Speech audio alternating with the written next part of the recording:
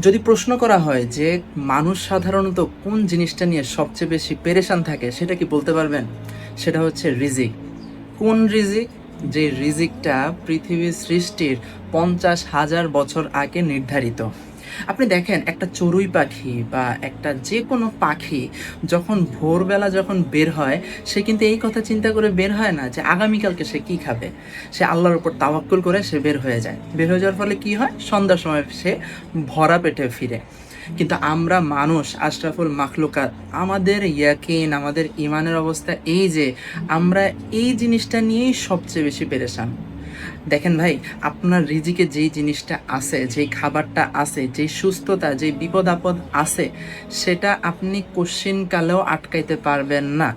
হ্যাঁ, ঠিক একইভাবে যে রিজিকটা আপনার কাছে নাই, খাবার হোক, পোশাক হোক, হ্যাঁ, সেটা আপনি কোশ্চিনকালেও আপনি চেষ্টা করে আনতে পারবেন না।